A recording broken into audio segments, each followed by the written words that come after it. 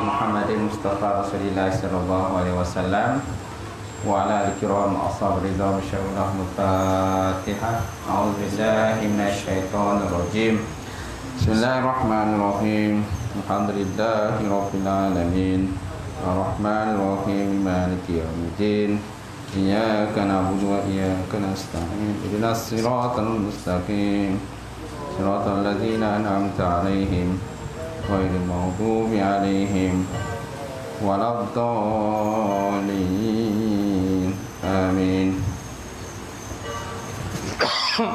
Assalamualaikum warahmatullahi ta'ala wabarakatuh. Alhamdulillahirabbil alamin wal 'aqibatu lil muttaqin wala udwana illa 'alal zalimin. Asyhadu an la ilaha illallah wahdahu la syarikalah wa asyhadu anna Muhammadan abduhu wa rasuluh. Allahumma shalli wa sallim ala sayyidina wa nabiyina wa habibina wa maulana Muhammad wa ala alihi wa sahbihi ajma'in. Amma ba'd. Fa inna sadaqal hadis kitabullah wa khairal hadi hadi Muhammad sallallahu alaihi wasallam wa syarrul umuri muhdatsatuha wa kullu muhdatsatin bid'ah wa kullu bid'atin dhalalah wa kullu dhalalatin finnar. Qala Allah Subhanahu wa ta'ala fi kitabil azim. Fa a'udzu billahi minasyaitonir rajim. Wattaqu fitnatan la tusibanna alladzina zalamu minkum khassah wa'lamu annallaha syadidul iqab. Sadaqallahul azim. Maksudnya takut oleh kamu akan bala bencana yang akan berlaku tidak akan terkena kepada orang-orang yang melakukan kezaliman di kalangan kamu sahaja, akan tetapi mengenai kepada semua orang. Dan bertakwalah kamu kepada Allah Ta'ala dan ketahui ilmu sungguhnya Allah Ta'ala itu maha keras balasan azab siksaan dia. Waqala Nabi sallallahu alaihi wasallam, talabul ilmi faridatun ala kulli muslim wal muslimat. Menuntut ilmu itu adalah wajib kepada sekalian orang muslim, sama ada lelaki ataupun perempuan. Alhamdulillah. Yang mati Fadil Tuan Imam kita, tak lupa juga Tuan Bilal, kemudian jawatan kuasa surau sidang jamaah muslimin muslimat rahmatullah ta'ala. Alhamdulillah, kita panjatkan diri syukur kepada Allah Ta'ala kerana sekali lagi pada malam ini kita dapat bersama untuk kita sambung kuliah kita daripada pembahasan dalam kitab Jauhar Marhum yang dikarang oleh Syekh Ali bin Abdul Rahman Al-Qulantani rahmatullah ta'ala. Sampai ke suap apa tu? 192. 192 masih dalam bab fadilat kubur. Kalau kubur dan huru-hara kubur, ahwalihi, huru-hara kubur. Baris berapa tu? 192 baris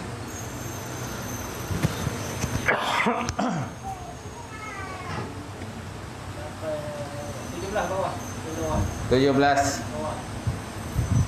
Ayatnya faqala alaihi salatu wassalam, kubur awalu manzil. Betul? Okey. InsyaAllah yang ada kitab boleh semak, tak ada kitab dengar saja kan, ataupun mencatat apa yang dikatakan. Qala musannifu ta'ala wa nafa'ana bi ulumihi fi darin amin. Telah berkata oleh musannif atau pengarang kitab, mudah-mudahan akan manfaatkan ilmunya insya-Allah dalam dua negara, dunia dan akhirat. Wa qala alaihi salatu wassalam, al-qabru awalu manzilin min manazil akhirah wa akhiru manzilin min manazil dunya. Maksudnya kubur ialah awal-awal tempat tinggal, tempat berhenti. Awalu manzilin min manazil akhirah. Kubur ialah permulaan tempat berhenti daripada beberapa tempat berhenti akhirat. Wa akhiru manzilin min manazil dunya, dan akhir tempat daripada segala tempat dunia. Akhir tempat daripada segala tempat dunia. Jadi kubur ialah tempat berhenti daripada beberapa tempat berhenti. So mana ada lagi banyak tempat berhenti lah. Lepas kubur, kebangkitan kan. Kebangkitan maknanya kita akan dihimpun di padang mahsyar. Tempat berhenti lah tu.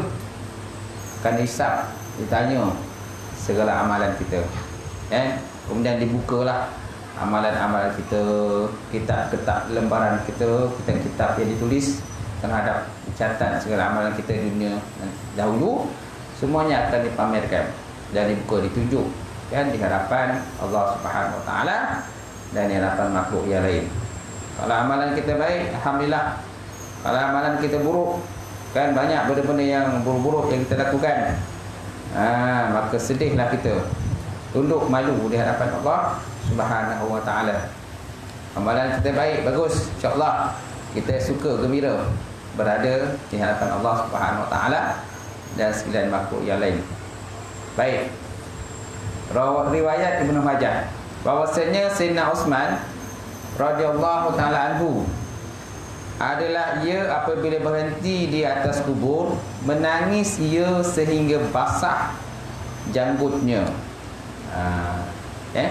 Bahwasanya Sayyidina Utsman radhiyallahu taala anhu adalah apabila dia berhenti di atas kubur menangis dia hingga basah janggutnya. Maka dikatakan orang baginya, kan, engkau sebut syurga dan neraka, maka tiada engkau menangis, dan engkau menangis daripada ini. Maka katanya bahwasanya Rasulullah sallallahu alaihi wa ala alihi wasallam bersabda, innal qabra awwalu manzilin min manazil akhirah.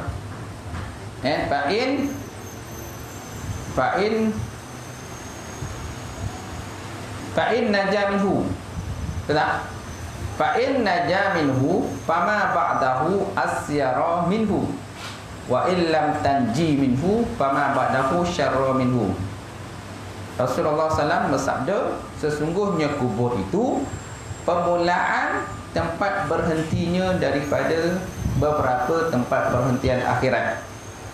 Maka jika sentosa fa in naja minhu fama ba'dahu asyaramhu, maka jikalau sentosa orang itu daripadanya, maka barang yang kemudian daripadanya terlebih mudah daripadanya. Fama ba'dahu asyara minhu, mana barang yang sudahnya itu lebih mudah. Kalau dalam kubur tu dah mudah, so mana step seterusnya akan mudah lah. Kalau dalam kubur tu pun dah susah, dengan pelbagai siksaan, dihimpitkan dalam kubur tu kan. Kerana ada hadis, ada pengurai menyatakan kubur tu menghimpit sehingga tulang-tulang tadi kan bercantum kan, macam tu. Masuk dia ada selain kerana beratnya siksaan yang terdapat dalam kubur itu. Kemudian malaikat pula memukul sehingga masuk ke dalam tanah. Kalau contoh orang yang tidak solat, masuk dalam tanah. Ada juga kita dengar kan, ada kubur yang ada ular dalam dia. Ada ular dalam kubur. Masya Allah kan. Digali kubur ada ular. Nak masuk mayat ada ular. Maka digali mayat yang lain, digali kubur yang lain pun juga ada ular juga. Kita ni terdapat dalam kitab kitab At-Tazkirah fi Ahwalil Mauta wa Umul Akhirah, Imam Qurtubi. Cerita dalam tu ada satu kubur yang mana dalam kubur itu terdapat ni ular. Bila jadi orang yang menguruskan jenazah tadi menggali kubur yang lain, bila gali kubur yang lain pun ada ular juga, maka digali kubur yang lain, digali kubur lain pun ada ular juga, digali kubur yang lain pun lalas sekali dimasukkanlah mayat tu bersama dengan ular tersebut. Masya-Allah kan. Semua tak dapat dipastikan apakah amalan keburukan yang telah dilakukan. Sudah tentu banyaklah keburukan dilakukan. Kalau banyak kebaikan dilakukan, takkan dalam kubur ada ular, betul tak? Malah ada juga kubur yang tenggelam pun ada. Jenazah tu tenggelam dalam kubur itu, tenggelam dalam air kan. Insya-Allah. Janganlah kubur kita macam tu. Baik. Wa in lam tanjih minhu fama badahu syarrun minhu. Maka jikalau dia tidak sentosa daripadanya, maka barang yang sesudahnya itu syarrun minhu, terlebih buruk, terlebih keji, terlebih orang kata seksaan daripadanya. Sukarlah kepada dia lah, kepada jenazah ataupun si mati tadilah. Itu disebutkan oleh baginda Rasulullah sallallahu alaihi wasallam. Saya ulang semula, bahawasanya Sayyidina Osman radhiyallahu ta'ala adalah dia apabila berhenti atas kubur, menangis dia hingga basah janggutnya. Menangis. Ada orang pergi atas kubur kan, ketawa-ketawa pun, tawa, dekah-dekah, macam buat cerita yang lucu-lucu dan sebagainya kan. Dia tak ambil iktibar apa orang dalam kubur tu. Kalau orang kubur tu agak Allah Ta'ala buka lah singkap apa dalam kubur tu, mungkin dia pun tak berani nak ketawa kan. Mungkin paling tidak pun dia akan langkah kaki cabut lagi dan sebagainya. Baik, maka dikata orang baginya, engkau sebut syurga dan neraka, maka engkau tiada menangis wahai Osman, dan kau menangis daripada ini sebab. Maka katanya bahawasanya Rasulullah SAW bersabda, innal qabra awalu manzilin min manazil akhirah, fa in naja minhu fama ba'dahu asyara minhu, wa illam yanji minhu fama ba'dahu syarra minhu. Kubur itu permulaan tempat berhentinya daripada beberapa perhentian akhirat. Maka jika sentosa orang itu daripadanya, maka barang yang kemudian daripadanya terlebih mudah daripadanya.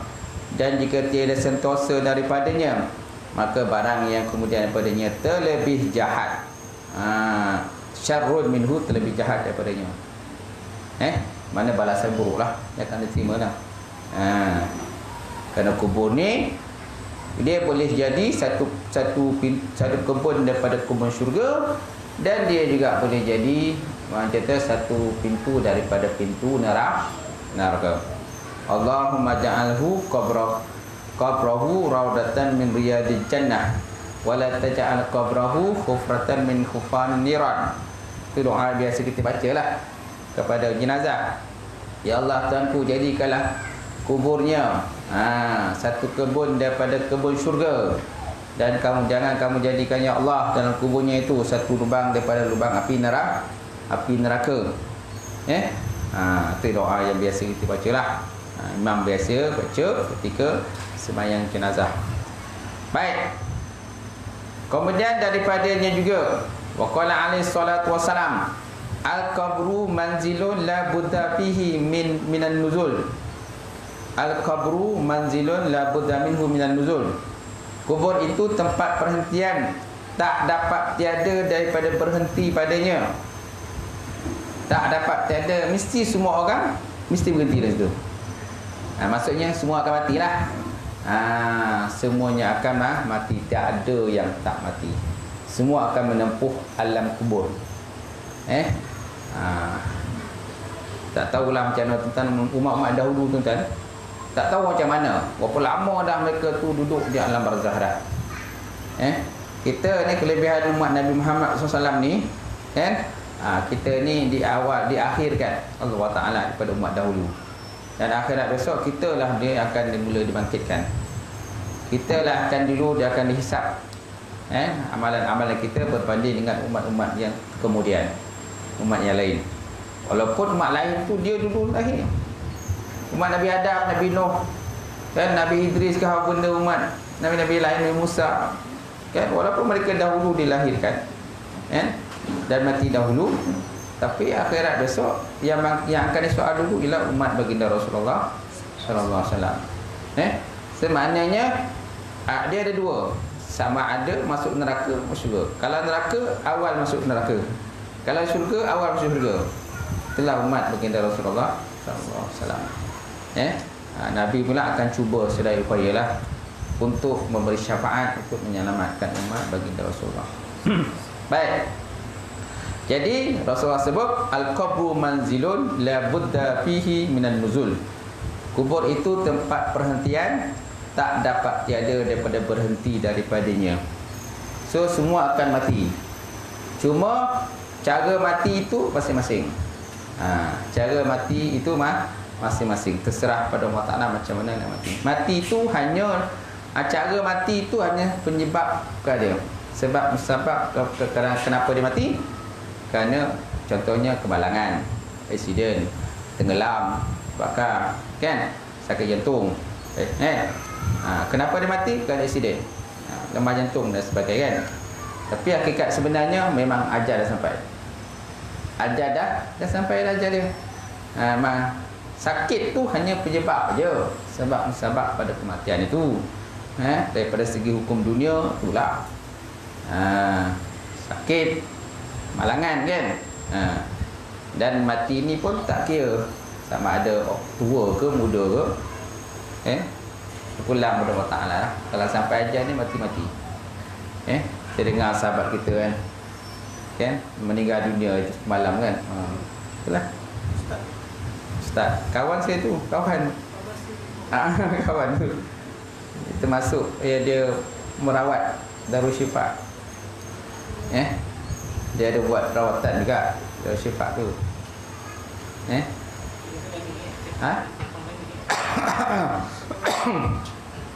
Malam tu dia berkuliah di Masjid Tanah Hitam Cembung. Malam tu dia kuliah maghrib.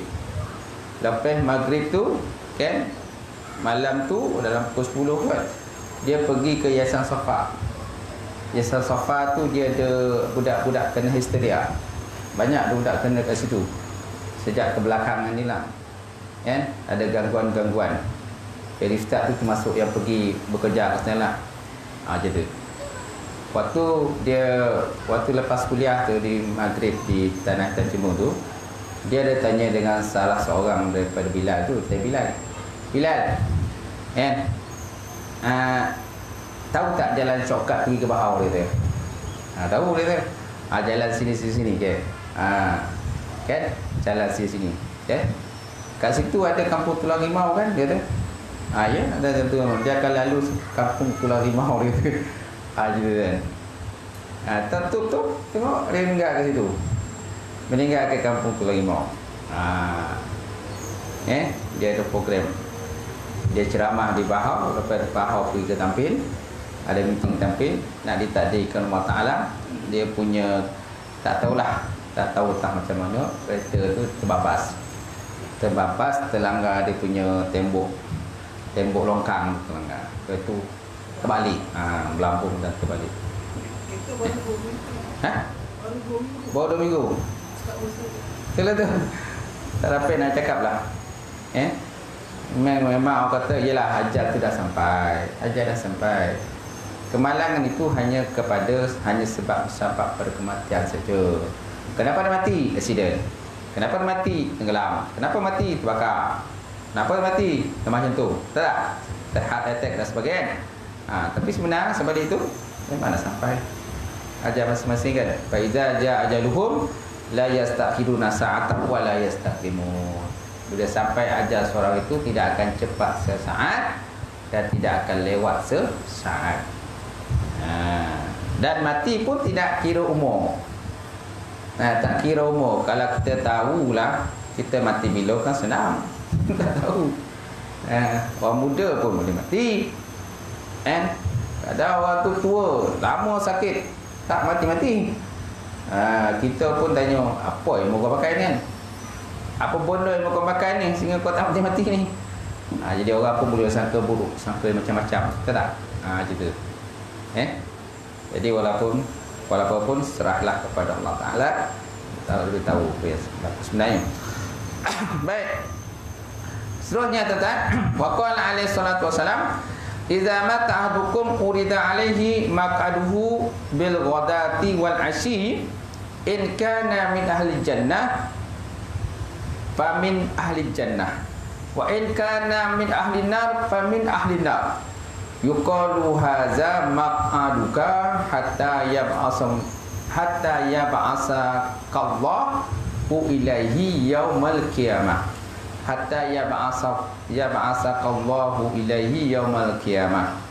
Rasulullah SAW bersabda, "Idza mata ahadukum," apabila mati salah seorang kamu, urida alaihi, ditunjukkan, dibentangkan, ditunjukkan ataupun dipamerkan, alaihi, ke atasnya, maq'aduhu, tempat tinggalnya, bil ghadawati wal asyi, pada waktu pagi dan waktu petang.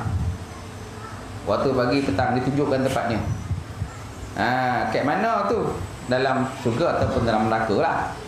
Wa in kana min ahli jannah fa min ahli jannah. Kalau hamba tadi termasuk golongan ahli syurga, maka ditunjukkanlah syurga yang dia akan tinggal nanti lah. Kat mana syurga tinggal? Tingkat berapa? Tingkat tak boleh? Tingkat 5 boleh? Syurga ada 100 tingkat. Berapa tingkat? Tingkat mana yang dia akan duduk? Okey. Dah ditunjukkanlah. Macam tu. Kalau dah tunjukkan tu, ialah syukurlah kan? Syukurlah. Oh, dah nampak lah aku duduk kat sini besar kan? Senanglah, gianglah kita. Wa in kana min ahli nar fa min ahli nar. Dan jikalau dia termasuk daripada penghuni neraka, wa min ahli nar, maka daripada neraka. Yuqalu hadza, dikatakan baginya, maq'aduka, inilah tempat tinggal kau. Maq'aduka, inilah tempat tinggal kau. Hatta sehingga ya ba'asakallah, sehingga dibangkitkan akan dikau oleh Allah Subhanahu wa taala ilahi kepadanya yaumul qiyamah, pada hari kiamat. Hingga dibangkitkan pada kiamat. Masya-Allah. Kalau nampaklah tu, sukalah kita kan, dengan syurganya, dengan kebun-kebun syurga, buah-buahan, istana-istana, bidadari-bidadari kan, dan sebagainya. Sonok dah. Takut nanti ditunjukkan, oh ni tempat kau, neraka. Neraka dengan api yang bergulang kan, dengan seksaan dia kan, dengan apa lagi, dengan binatang kala jengking apa semualah yang akan menggigit nanti. Semuanya dah siap standby ni, tinggal tunggu kita masuk dalam tu je. Nauzubillah min zalik. Takut kita lah kan, takut kita masuk dalam tu. Api dalam dunia ni pun kita dah tahu dah macam mana seksaan dia, sakit je. Belum lagi api dah. Api dunia ni kan 1 per berapa tu kan? 1/70. 1/70 daripada api yang terdapat di akhirat besok. 1/70. 1/70 tu pun dah tak tahan dah. Punya sakit dia tu kan. Terbakar. Tengoklah kalau orang terbakar. Cuba tengok macam mana orang terbakar tu. Kesian kita tengok kan. Kereta terbakar. Ada sebuah kadang-kadang kita nampak kan, kemalangan jalan raya, kereta terbakar, aksiden terbakar. Orang dalam tu, ya Allah, tak tahu nak cakap lah. Tak pernah tengok, hadapi, insyaAllah. Macam mana keadaannya orang yang dalam tu, tengah bergelut dalam tu, dalam api tu bergelut, minta tolong dan sebagainya. Tapi api besar, bomba tak sampai lagi, siapa nak tolong kan? Siapa nak tolong kereta tu dengan keadaan dia tersepit dalam tu? Kereta dia biasalah tersepit. Lepas tu kereta terbakar, api besar, bomba tak sampai lagi. Lambai-lambai je tu lah tengok. Polis pun tak boleh apa kan. Bukannya ada alat nak padam api, tak ada. Bomba je boleh padamkan. Kita tak mampu nak padamkan. Lalat tengoklah macam tu. Nak buat macam mana? Memang kita sian lah tengok. Tapi itulah qada dan qadar Allah Subhanahu wa ta'ala, yang kita masing-masing kena terima lah. Dan ahli keluarga pula, ialah ahli keluarga pula, ialah dia pun kadang kesian juga tengok ahli keluarga macam tu. Tapi nak buat macam mana? Baik, sabda Nabi SAW, apabila mati seorang kamu, dilintangkan atasnya akan tempat kedudukannya. Dilintang ditunjukkanlah, ia ini daripada syurga atau daripada neraka. Dengan pagi-pagi dan petang-petang. Waktu pagi dan petang dah tunjukkan. Ini adalah kubur ni. Jika dia daripada ahli syurga, maka daripada ahli syurga. Yang ini, maka ada tempatnya daripada tempat ahli syurga. Dan jika ada ia daripada ahli neraka, maka daripada ahli neraka. Yang ini, maka adalah tempatnya itu daripada tempat ahli neraka. Dikatakan yang ini daripada pihak Allah Ta'ala, inilah tempat duduk engkau. Haza maq'aduka, dikata Allah Ta'ala sebut, inilah tempat tinggal kau besok. Hingga dibangkitkan akan dikau oleh Allah Ta'ala kepadanya pada hari kiamat. Ya ini ada kalanya dengan tiada terdahulu azab pada hak orang mukmin yang khalis, yang ikhlas ataupun yang hatinya suci murni. Dan ada kalanya kemudian daripada terdahulu azab dengan barang yang mustahaknya pada orang yang mukmin yang bercampur amalannya dengan dosanya. Beriwayatkan dia oleh Syaikhani dan Tirmizi dan Ibnu Majah daripada Sayyidina Umar Ibn Khattab. Itulah dia tuan. Ulang semula.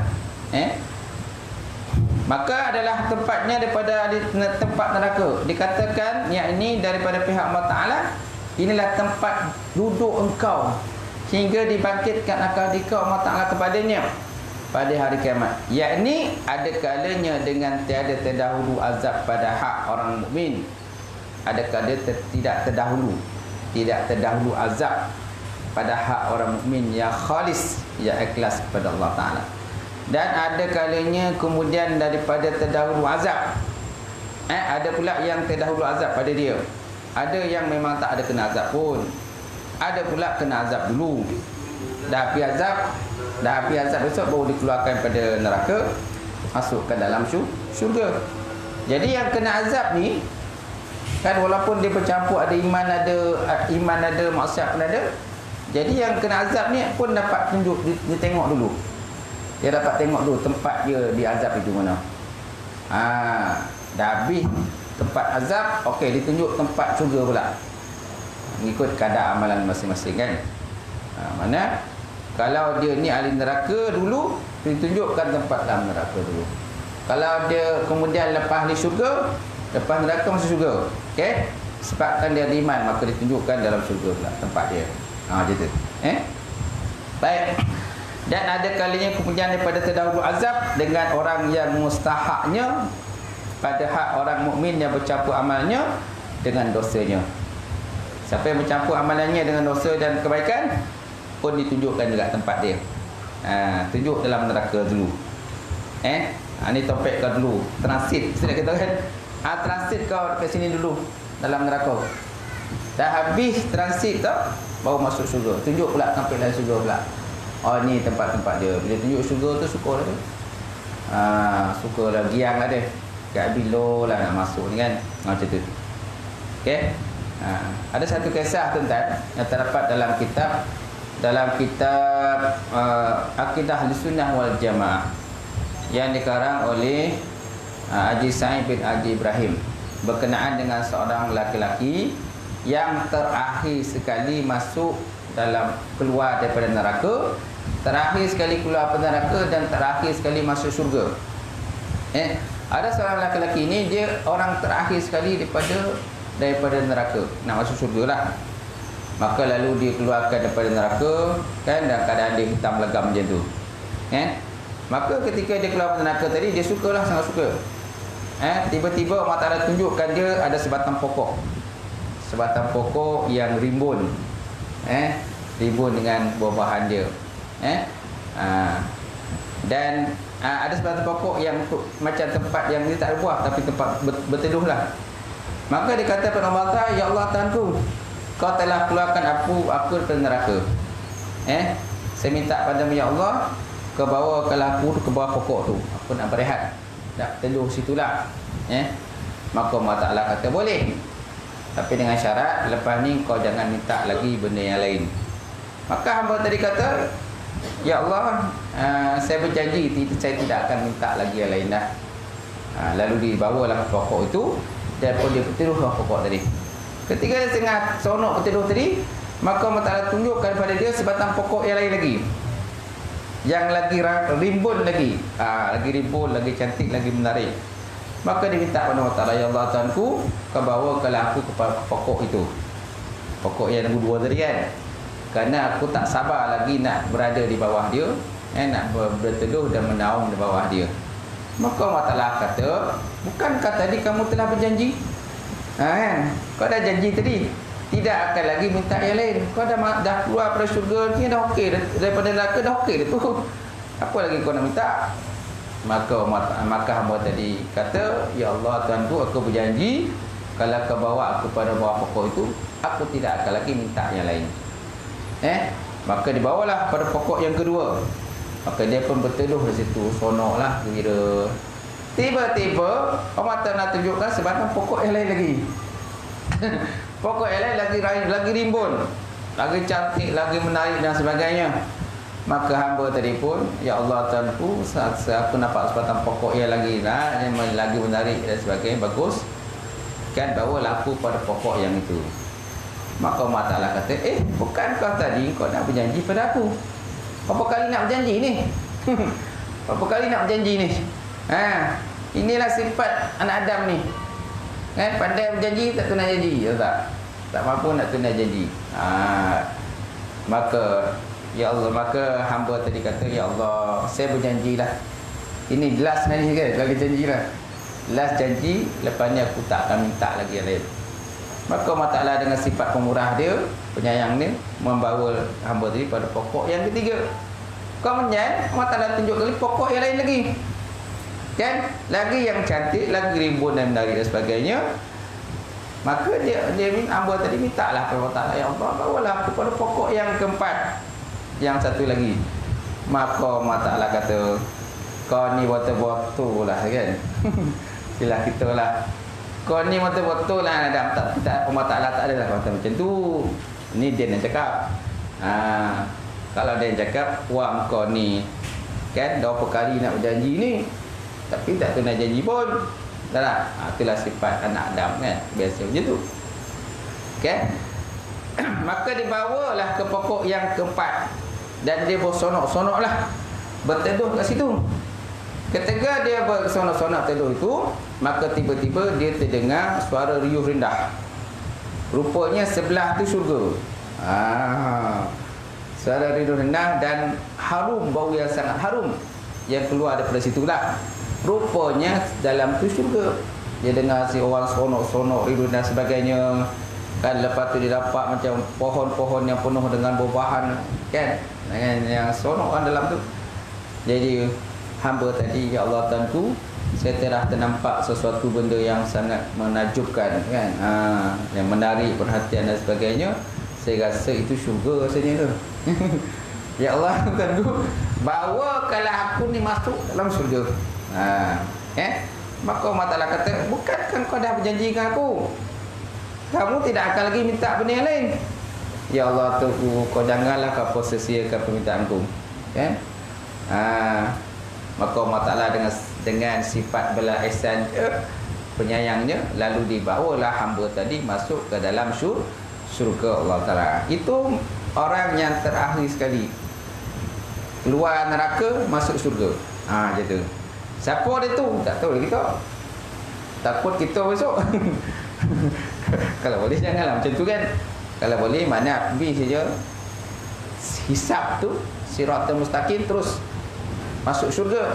Takkanlah kita nak masuk ke situ dulu, tak lagat kita nak masuk, kan. Gitu. Tapi lah itu keadaan yang berlaku lah. Ada disebut dalam kitab. Baik. Kemudian kata Yazid Ar-Riqashi, kata Yazid Ar-Riqashi, barang siapa lalu atas kubur dan tiada mengambil iktibar dengan dia, maka iaitu daripada binatang. Dan adalah ia radhiyallahu ta'ala anhu, apabila melihat ia akan kubur, berteriak ia dengan satu teriak seperti teriak apa tu? Teriak apa? Lembu jantan. Betul. Seperti teriak lembu jantan. Masya-Allah. Ni Jawi lama ni kadang terkeliru kita. Aku ingat tadi lenjutan, rupanya lembu jantan, kan. Kilap kitab klasik, kitab lama tu ada. Nak kena tengok teliti betul-betul, kan. Oh, rupanya lembu jantan. Baik. Jadi kata Yazid Al-Riqashi, barang siapa lalu dia atas kubur dan tiada mengambil iktibar dengan dia, maka itulah seperti binatang. Binatang mana ada ambil iktibar apa-apa, tapi dia dengar. Mendengar apa yang berlaku dalam kubur itu. Kita tak dengar lah. Kerana ada satu riwayat menyatakan bahawa binatang-binatang itu dengar. Yang tak dengar, jin dan manusia yang tak dengar. Orang yang diseksa dalam kubur tu yang dengar binatang. Kita tak dengar. Tapi kelebihan Allah Ta'ala bagi binatang. Tapi binatang apa-apa, dia tak perlu pada amalan apa-apa. Dia tak perlu nak amalan, kita yang perlu pada amalan. Baik.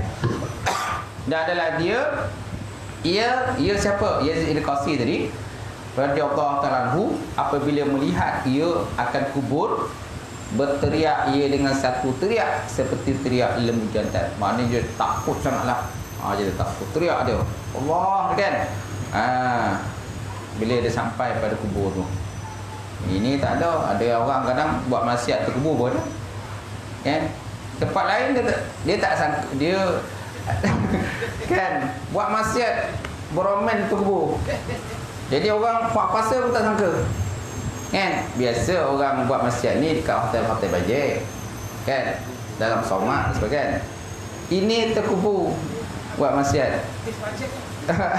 Bajet dah cukup. Yelah tu, bajet dah cukup. Bajet dah habis, duit dah tak ada. Jadi akhirnya kerana nafsu, kemahuan nafsu kan, yang tak boleh bendung lagi. Jadi kat mana ada dapat parking tu, kat situ ada parking. Walaupun parking terkubur pun tak apa orang. Nampak tu kan. Sama lah juga kalau orang mencuri dalam surau. Orang mencuri tabung surau ke, tabung masjid ke, kan. Dia tak ada apa-apa. Mana hati itu memang dah orang kata hitam lah. Hati hitam.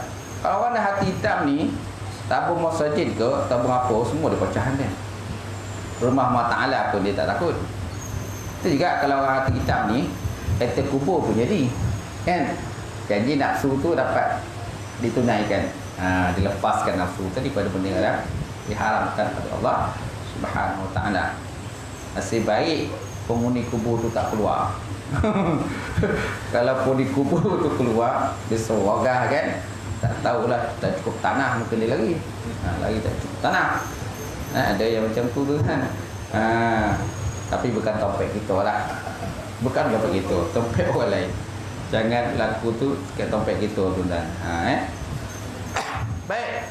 Dan riwayat daripada Daruqutni rahimahullah taala bahwasanya Rasulullah SAW bersabda, barang siapa ziarah akan kuburku adalah aku baginya syahidun dan mensyafaatkan, dan barang siapa mati dalam salah satu daripada dua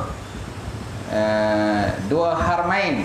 Harmain mana dua tanah haram, Mekah dan juga Madinah, dibangkitkan dia oleh Allah Ta'ala pada hari kiamat daripada orang yang sentosa. Masya Allah. Barang siapa ziarah akan kubur adalah aku baginya syahid. Apa makna syahid? Saksi lah. Saksi. Dan mensyafaatkan akan dia. Nabi mensyafaatkan dia besok. Dan barang siapa mati dalam suatu daripada dua tanah haram, iaitulah haram Mekah dan juga haram Madinah. Tanah haram ni dia ada sepadan kan? Dia ada sepadan itu. Berapa kilometer dan sebagainya, itulah dia. Haram dan juga haram Madinah dibangkitkan Allah Ta'ala pada kiamat daripada orang yang sentosa lah. Masya Allah. Baik, seterusnya kata ulama, sesungguhnya menuntut segala anbiya dan orang yang salihun, orang yang soleh, tanam pada tempat yang berkat seperti di Mekah dan Madinah dan juga Baitul Muqaddis. Ini menuntut segala anbiya dan juga orang-orang yang soleh tanam pada tempat yang berkat. Mana minta supaya kalau mati itu dimatikan pada tempat yang berkat lah. Tempat wali-wali Allah Ta'ala kan, seperti Mekah dan Madinah dan juga Baitul Muqaddis, tuan-tuan.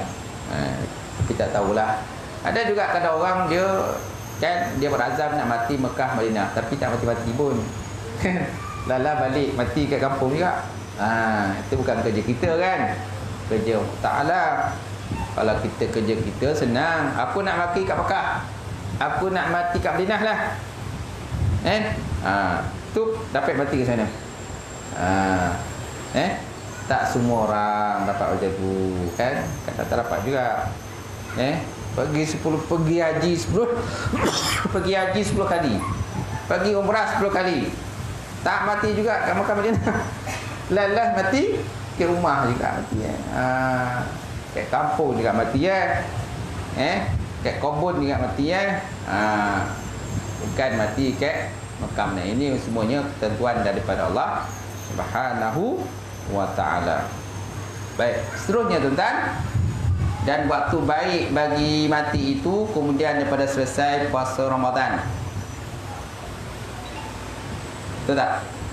Dan waktu baik bagi mati itu kemudian daripada selesai puasa Ramadan. Dan kemudian daripada selesai menunaikan haji. Seperti riwayat daripada Abu Naim daripada Ibnu Mas'ud, katanya baginda Rasulullah sallallahu alaihi wasallam bersabda, muafakat, barang siapa muafakat matinya tak kala selesai Ramadan, masuk syurga. Masya-Allah. Barang siapa muafakat matinya, bertepatan muafakatlah, bertepatan matinya tak kala selesai Ramadan, masuk syurga. Kemudian barang siapa muafakat matinya tak kala selesai daripada mengerjakan haji di Arafah, wukuf Arafah, masuk syurga. Dan barang siapa muafakat matinya tak kala selesai sedekah, masuk syurga. Yakni serta orang-orang yang dahulu. Masya-Allah. Serta orang dahulu. Kalau ada orang macam tu kan, mati mati di Arafah, kan mati Madinah, sampai masanya mati lah. Ada juga orang kadang sakit dulu pun mati, sakit masuk hospital Mekah, Madinah, lepas tu meninggal. Ada juga. Ada yang tak sakit pun, tiba-tiba pingsan. Tiba-tiba pingsan, mati. Ada mati yang sujud pada tengah solat, tengah sujud, kan?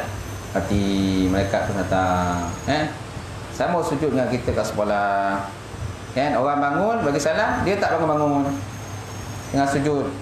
Dah habis kan, dah habis orang masjid doa, barulah kita perasan, colek dah tak ada dah. Kalau colek biasa dia melawan kan, colek dah tak ada dah. Inna lillahi wa inna, mudah kan, mudah je. Ada orang sakit lama, sakit tu pun kafarah sebenarnya. Sakit itu merupakan kafarah untuk menghapuskan segala dosa-dosa orang-orang tadi, kan, supaya nanti bila dia dah mati, dia akan keadaan bersih, tak ada lagi dosanya, dosa semua dah diampunkan Allah Taala disebabkan dia sakit yang lama tadi. Jadi segala dosanya telah pun terhapus, dan akhirnya mati esok dalam keadaan beriman dan masuk syurga Allah Subhanahu wa taala. Dosa dah habis dah. Macam tu. Ada orang yang begitu, tuan? Ada baik. Jadi ulang balik, dan waktu baik bagi mati itu kemudian daripada selesai puasa Ramadan, dan kemudian daripada selesai haji. Seperti riwayat Abu Naim daripada Ibnu Mas'ud, katanya sabda Rasulullah SAW, pada siapa muafakat matinya tak terkala selesai Ramadan, masuk syurga. Masuk syurga. Pada siapa muafakat matinya tak terkala selesai Arafah, masuk syurga. Dan pada siapa muafakat matinya tak terkala selesai sedekah, masuk syurga. Ya, ini serta orang-orang yang dahulu. Tak? Itu juga dengan mati hari Jumaat.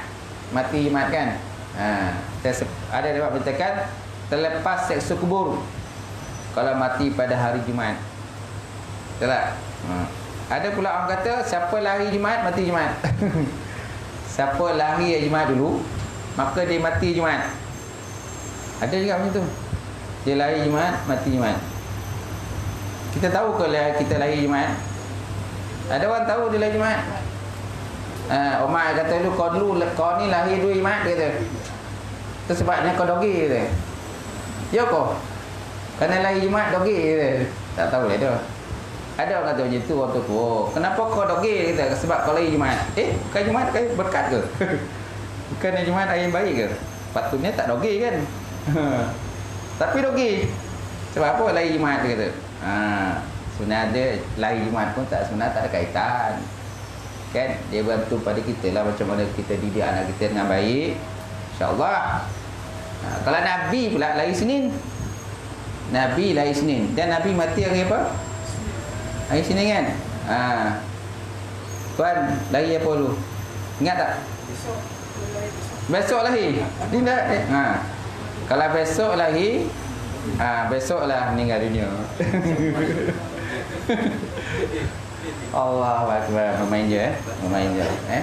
Gurau je tu kan. Okey. Macam mana kita nak tahu kita tu lari apa? Dan sekarang di zaman sekarang, zaman canggih, dia ada sistem perkiraan komputer. Cari Google dalam internet, kan? Kita nak cari kita lahir tu tahun bila. Hari apa kita lahir. Hijrah ada, hijrah tahun bila. Dia ada pengiraan. Buka dalam komputer, buka internet lah. Kan dia akan kira. Kalau contohnya kita lahir, macam saya 23 bulan 5 tahun 69. Okey. Convertkan ke tahun hijrah. Convertkan, tukar daripada tahun kita lahir itu, convert ke tahun hijrah. Nanti dia akan tukar. Bila kita lahir dulu, hijrah dia ke berapa kita lahir. Dan tengok dalam kalender kan zaman sekarang kan boleh tengok. Zaman sekarang kemudahan internet ni, kita boleh tengok kan tahun-tahun dan 10 tahun, 20 tahun lepas kita tahu. Hari apa hari tu yang kita lahir tu. Hari apa kita lahir tu kita tengok. Kita tengok lah, lahir apa. Wan lahir apa. Hari Senin, Selasa, Rabu, Khamis. Betul tak? Boleh tengok. Siapa lahir itu besok dia akan meninggal pada hari itu juga. Hakikat sebenarnya Allah Ta'ala je tu. Kan? Macam tu. Tapi kebiasaan kita dengar macam tu lah. Kemudian kata Ibn Qayyim. Baik, kata Ibn Qayyim itu 4 kampungnya, tiap-tiap satu kampung terlebih besar daripada yang dahulunya. Pertama, perut ibunya, iaitu tempat yang sehingga picik dan duka cita dan kelam yang 3. Kan? Kelam yang 3, betul tak? Kata Ibn Qayyim, itu 4 kampungnya, tiap-tiap satu kampung terlebih besar daripada yang dahulunya. Pertama, perut ibunya, iaitu tempat yang sehingga picik. Maknanya tempat-tempat sempit lah. Tempat yang sempit. Perut ibu kan sempit. Dan tempat duka cita dan kelam yang 3. Kedua, kampung dunia, yang dibangkitkan akan dia padanya dan yang berjinak-jinak ia dengan dia, dan tempat dosa padanya akan kebajikan dan juga kejahatan. Ketiga, kampung barzah. Kampung barzah iaitu masa dalam kubur sehingga dibangkitkan dia, dan iaitu terlebih besar dan terlebih luas daripada ini dunia, dan nisbahnya dengan ini kampung seperti nisbah perut ibu dengan ini dunia. Mana kampung alam barzah itu sebenarnya lagi luas. Kan, lagi luas perkampungan alam barzah itu berbanding dengan perkampungan dunia. Mana perkampungan yang paling kecil ialah di alam janin, dalam perut ibu. Itu tempat kita yang paling kecil. Lahir ke dunia, ulah luas. Kan? Tapi alam barzah, kata Ibnu Qayyim, dia kata dia lagi luas, lagi besar lagi, di alam ruh. Nama alam ruh kan, alam ruh ni lagi luas berbanding dengan alam dunia. Dan keempat, kampung yang tiada kampung kemudian daripadanya, iaitu darul qarar, syurga atau neraka. Darul qarar mana negara yang kekal, iaitu syurga dan neraka. Dan pada tiap-tiap kampung daripada segala kampung tersebut itu ada baginya hukum dan kelakuannya yang berlain-lainan. Ada baginya hukum dan ada kelakuan yang berlain-lainan lah. Suasana-suasana yang berlainan antara satu sama lain. Kalau ahli neraka lah, ahli neraka pun pada jenis, ahli syurga pun pelbagai jenis. Kan, tingkatan syurga pun berbagai jenis. Sebab masing-masing dengan pelbagai-bagai kelakuan dan keadaan, sama ada dalam syurga ataupun dalam neraka. Okey, itu kata Ibnul Qayyim. Baik, kemudian seperti riwayat daripada Abi Dunya, bahwasanya umpama orang mukmin dalam dunia seumpama kanak-kanak dalam perut ibu dia. Apabila keluar ia daripadanya, menangis ia atas tempat keluarnya, hingga apabila melihat dia akan terangnya dan menyusu ia, tiada kasih bawa kembali ia kepada tempatnya. Dan demikian lagi orang mukmin, terkejut ia daripada mati, maka apabila lalu ia kepada Tuhannya, tiada kasih ia kembali ia kepada dunia, seperti tiada kasih kanak-kanak bawa kembali ia kepada perut ibu dia. Nampak? Kanak-kanak bila dalam perut ibu dia dia kan suka sonok kan?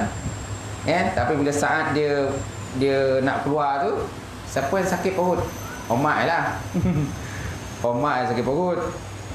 Yang ayah itu berdebar-debar tu. Ayah-ayah berdebar-debar menanti-nanti kelahiran anak dia. Jadi bayi ni bila dah lahir keluar je, bila sebelum keluar tu dia sonok dalam tu. Sonok, makan free kan. Makan free, minum free kan. Semua ada makanan minum semua. Sihat, kenyang dalam tu kan. Kadang-kadang dia batuk pun ada dalam perut tu. Batuk dia tersodu-sodu dalam tu kan. Betul tak? Jadi bila dah keluar ke dunia, dia dah tak nak kembali masuk dalam perut dah. Dia rasa dunia lagi sonok. Lagi sonok duduk dalam dunia ni. Lagi luas. Betul tak? Kemudian orang kalau nak mati masuk dalam kubur pula. Siapa yang dia punya balasan baik dalam kubur tu, dia lagi sonok dalam kubur tu pula. Tak nak kembali ke dunia semula. Dan tapi yang ahli neraka, lainlah. Kalau boleh nak ghostan balik dalam dunia ni. Tapi tak rapik tu kan. Seperti riwayat daripada Abi Dunya bahwasanya umpama orang mukmin dalam dunia seumpama kanak-kanak dalam perut ibunya.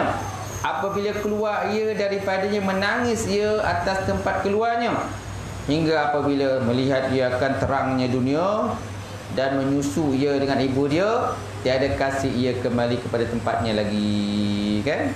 Dah sonok lah. Dapat menetek dengan ibu dia, sonok lah dia. Dan demikian lagi orang mukmin, terkejut ia daripada mati. Apabila melalui dia kepada tempat Tuhannya, tiada kasih ia kembali pada dunia, seperti tiada kasih kanak-kanak kembali kepada perut ibu dia semula. Macam itulah. Ya tuan-tuan? Boleh? Cukup sampai situ? Cukup? Okey, cukup sampai situ tuan. Akan datang kita sambung lagi faidatun, satu faedah belakang. Hari ni? Bulan 5. Siapa? Lahir bulan 5. 23. 23. Bulan 5 tahun 69. 69. Lagi Jumaat. Lagi Jumaat. Betul tak Jumaat?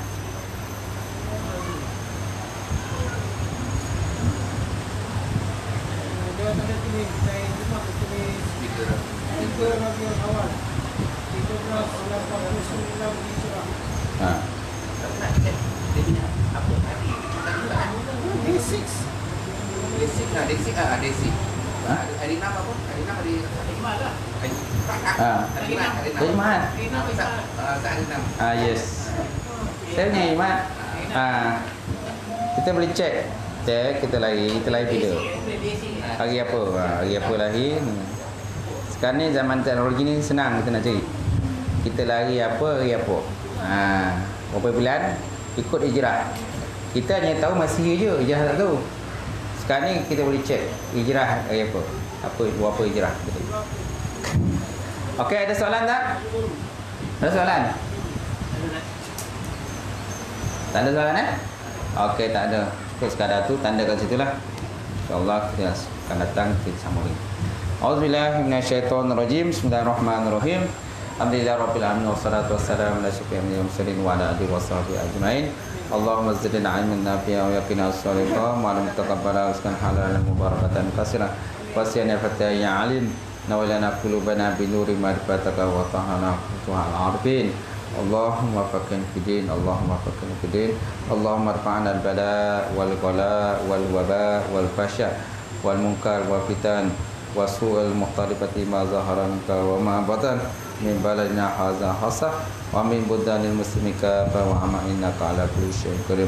Rabbana zidna ilman, Rabbana zidna ilma, Rabbana zidna ilma. Allahumma inna na'udzubika min ilmin la yarfa' wa min qalbin la yasha' wa min nafsin la tashba' wa min da'in la yastajab laha ya arhamar rahimin.